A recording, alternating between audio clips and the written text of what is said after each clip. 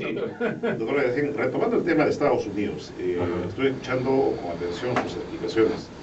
El tema es del sobreendeudamiento, de alguna manera que se le amplía el techo. Gastan y gastan de manera ininterrumpida, pero, y eso es insostenible. Pero la cobertura esta, de este incremento en el techo de la posibilidad de endeudamiento que tiene, ¿no?, hasta 2.4 billones, ¿no?, sí, implica que también recurren a la maquinita, ¿verdad? No, aquí... porque se dice que no tienen el suficiente respaldo, ¿no?, para la emisión incluso de billetes. Cálculos preliminares le dan a los norteamericanos la capacidad de emitir deuda por muchísimo más que ese monto, sin generar ningún derrumbe en los precios de los bonos. El problema es que la economía norteamericana, aunque nos cueste aceptar en medio de estas visiones apocalípticas, es la más sólida del planeta, la más competitiva, la más agresiva. Pero estos institucionalmente, estos gringos, se ponen un límite. Y además de discutir el presupuesto, ingresos y gastos, dicen no te puedes endeudar más allá de un límite, y ahí le tienes que pedir permiso a los políticos. Y los políticos esta vez han pedido factura. Ahora, me bajas el gasto en tal y cual cosa. Así, claro. Porque lo que está en el fondo detrás de esta discusión es la campaña por la reelección de Obama. Los dos se llaman como, los dos son mestizos. Y vale la pena destacar que eso es lo que está en el fondo del juego. Lo han dejado como boxeador en el 8º asalto peleándose contra Tyson. Dos cosas, doctor Yacine, sobre lo que está diciendo. Pocos están reflexionando sobre los orígenes de todo este problema, por qué Estados Unidos ha llegado a esto, y pocos tienen la referencia de que ha sido precisamente George Bush, en sus 2 mandatos, el que ha metido en grandes problemas financieros a Estados Unidos y en parte al contexto global, metiendo a Estados Unidos en guerras innecesarias, ¿no es cierto? Porque eso tiene que ver, ahí está gran parte del gasto público de Estados Unidos. Para justificar guerras, no me llame. Bueno, pero está ese tema. Y el otro tema, respecto a la posibilidad de que el presidente Obama no sea reelegido el próximo año, en el 2012, a raíz de esto.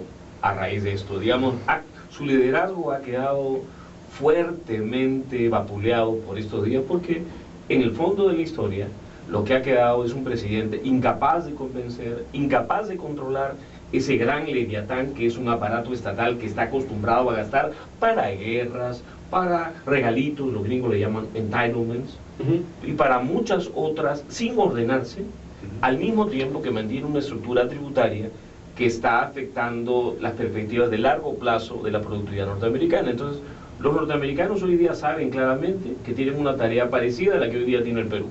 Tienen que ordenar su estructura tributaria y tienen que ordenar su gasto. Ahora, el otro tema, doctor, a mí lo que me sorprende de la economía de Estados Unidos es la manera, si uno extrapola a lo que se quiere hacer aquí en el país, de la inclusión social que ellos lo trabajan. Porque el niño que nace, por ejemplo, en Estados Unidos, o el ciudadano americano, ¿verdad?, tiene derecho a la educación, entre comillas, gratuita, a la salud gratuita. Es sorprendente. Y dentro del sistema educativo estatal, que tiene un buen nivel, ¿verdad?, les dan incluso los alimentos a los niños. Les dan los materiales incluso para su educación. Y esto es producto, obviamente, de los tributos. Es bueno tener en cuenta que la economía norteamericana en realidad es un cúmulo de estados, donde hay estados más socialistas, entre comillas, y estados más liberales, donde obviamente hay una mezcla de seguridad social y educación pública debidamente monitoreada, y una mezcla también de seguridad social y de educación privada que básicamente se rige en el mercado. Y el conflicto en esta reforma de salud y en todas las discusiones año tras año en materia educativa es cuál es la mezcla óptima. El problema concreto en Norteamérica es que en este mundo el tamaño del gasto público ha crecido no solamente desde George Bush, nadie le podría negar eso, señor Monroy, sino fundamentalmente que han metido la mano en todos los ámbitos, se han puesto a regalar todo, hasta un punto en que ya ni la economía más rica del planeta lo permite. Lo concreto es para nada Estados Unidos es Canadá. Canadá sí le da a todos sus habitantes. En Estados Unidos hay muchos ámbitos privados, donde la calidad de los servicios privados son de primera, y donde además el fondo de la historia es muy distinto. La gran diferencia entre Perú y Estados Unidos es el ingreso por habitante, que es reflejo de la productividad. Mientras en Estados Unidos tienen el mejor sistema educativo del mundo en materia universitaria, en gran medida privado, en el Perú el sistema, la educación pública de la mayor parte de nuestra gente ha sido estatal, con un sistema enormemente corrupto, enormemente ineficaz. Y para hacer una comparación odiosa, solamente para darle idea, mientras en Estados Unidos un 43% de los gringos tienen un grado universitario, y pongámosle 20 más tienen educación técnica de primera categoría, en el Perú, si buscamos educación superior y técnica de primera categoría, bien medida, exigida, como diría el presidente Ollanta, ni 1%. ¿Ni uno? Regalamos títulos. Nuestro gran drama es educación. Y eso repercute. Pero interesante. Estamos en Marcha de Ataque, Jaime Monroy, quienes abren la mesa de conducción en la parte final de la entrevista al doctor Carlos Allanacén, decano de Economía de la Facultad de Economía de la Universidad de Ciencias Aplicadas. Doctor Allanacén, la pregunta que le hago es la siguiente. Se habla de que el Ministerio de la Producción, por un lado, se encargaría de los programas sociales, pero hay una posibilidad de crear un Ministerio de Desarrollo e Inclusión Social por el gobierno de Ollanta. ¿Usted cree que ese sería el camino para llevar adelante el tema de hacer una mejor redistribución de la riqueza y el crecimiento macroeconómico, hacerlo más extensivo, más inclusivo, o usted tiene otra forma?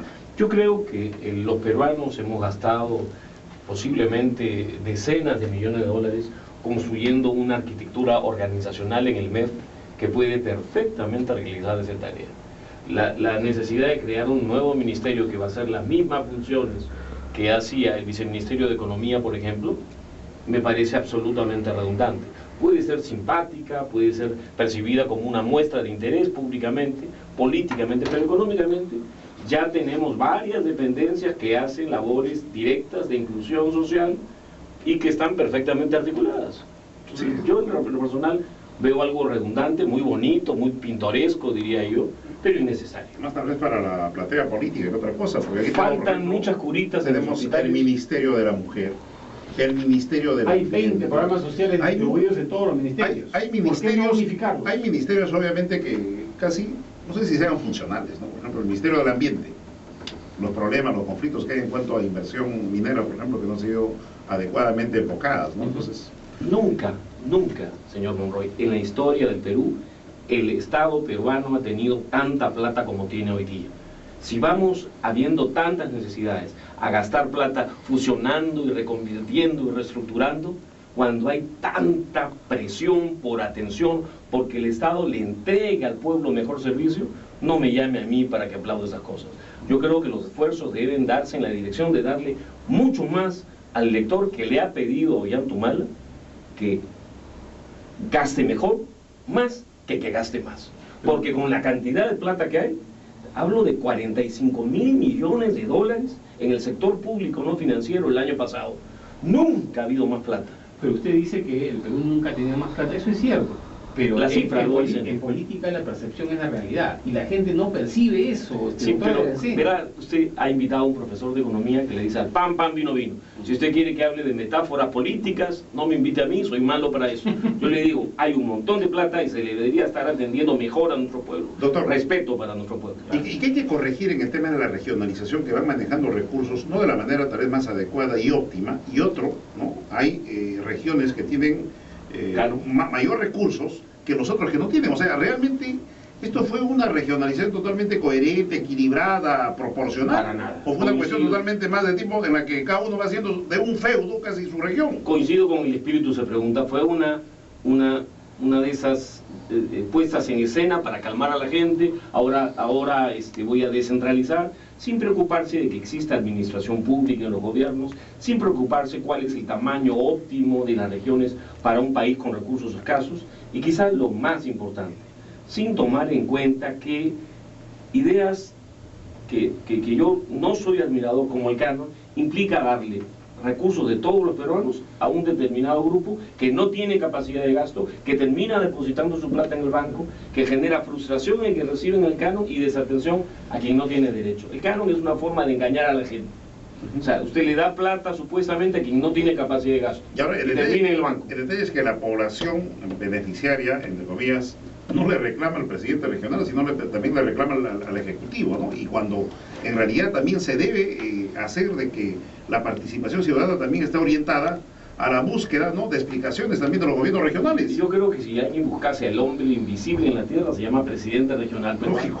Porque no está para nada, no ejerce liderazgo, todo se lo quiere achacar a Lima y tiene recursos que gracias Por ejemplo, a Dios, Ancash recibe como 500 millones de dólares al año. y Dios sabe en lo que gasta. Yo aprovecho, ¿no? Caramba. Dios sabe en lo que gasta. Sí, pues. Lindas Y hay camionetas, un se problema de ofende, corrupción, ¿no? campaña electoral. Y es la primera vez que las regiones manejan 2/3 del presupuesto total de la República. Pero es que no se trataba, o sea, no es cuestión de dar plata, se trata de usar la plata que se tiene en beneficio de todos los peruanos. Esta no es no es otra cosa que una república unitaria. Cuando vemos que sobran recursos en algunas regiones y falta tanto en otras, definitivamente algo está mal. ¿Qué tan unitaria es esta república cuando se ve que en el resultado de las elecciones votan por un modelo en Lima y por un modelo distinto en el resto del Yo país? tengo una discrepancia con esa. Yo creo que el elector peruano ha votado por un candidato y ha ganado un candidato ajustadamente que gastó 3 veces más que el otro. Ahora- Esta campaña me muestra a mí que los bolsillos inclinan las elecciones en el Perú. Ahora- Y si no, mire la evidencia No empírica. me parece, ¿ah? Hay No otra- te vea hagas usted con la eso, porque cifra. Si no hubiera ganado, ¿quién Doctor, correo? hay No otra- crea, no crea. Usted tiene cifras, yo tampoco, pero lo que se ha comentado, los especialistas en medios dicen 3-1. El señor Ralston, una vez lo escuché. Entonces yo prefiero creer al que sabe. Doctor, una consulta final. ¿Hay alguna fórmula, más o menos, de alguna manera, que sirva como referente en cuanto a estos recursos con los que cuenta el país? ¿Cómo sería el reparto ideal? En programas de asistencia social son recursos que a veces se van desperdiciando, la gente lo usa para la situación de coyuntura, la sobrevivencia. Y el otro, la inversión realmente en aspectos que tengan que ver con superar el tema de la pobreza. Por ejemplo, calidad de la educación, calidad de no sé. Porque aquí también hay muchos programas sociales que lo que hacen es repartija. Claro. Y esto realmente a mediano plazo y a largo plazo no pasó nada. No le da nada a la gente. Lo que ¿Cuál yo es la fórmula? primero- ¿25 a 75 lo, o no hay? lo primero que yo haría es, primero ordeno la casa. Ujú.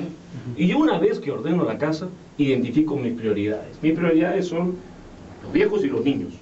La educación, la salud, sobre todo habiendo tanta gente que ha sido robada por el Estado en términos de su jubilación.